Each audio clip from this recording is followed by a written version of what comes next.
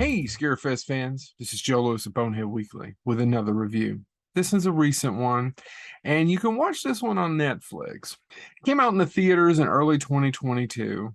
It's based on a famous comic book character. Originally a Spider-Man villain, I'm told. And he's a half human, half van. Oh my God, it's Morbius. Is it a horror film? I mean, it's got vampires in it. They drink blood. It's just so hard to review because it's just so bad. Jared Leto, I don't have anything against Jared Leto other than he's too pretty to live, is in it. He's Morbius. Matt Smith.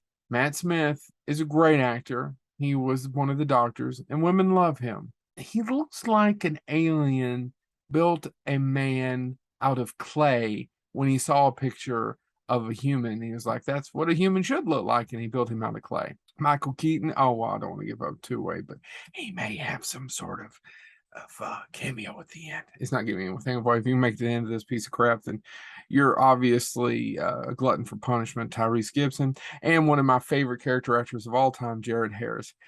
It came out in 2022. I couldn't get, I wanted to go see it, but I couldn't make it. And basically, he's Morbius.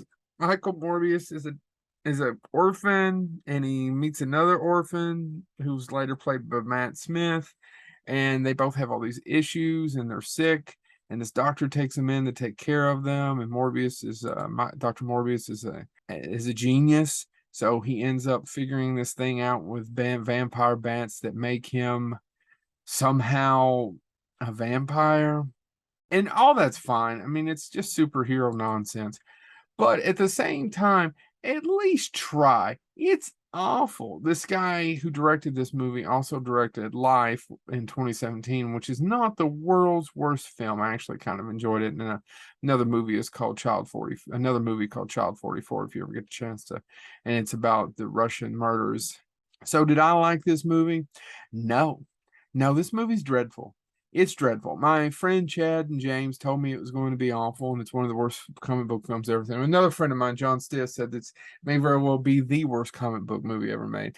I don't know that I agree with any of that. Is it fun? No, it's not even really fun. The first 20 or 30 minutes are okay, and the CGI and there's no practical effects. And then I went to research it a little bit. I was like, there's just no practical effects. He's just not walking around in makeup sometimes.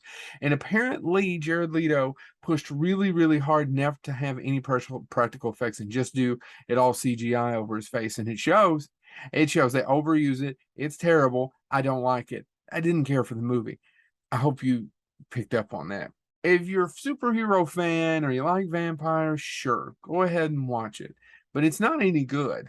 It's not. Is it the worst thing I've ever seen? No, it's not. It's probably not quite as bad as people say it is, but it's pretty damn bad.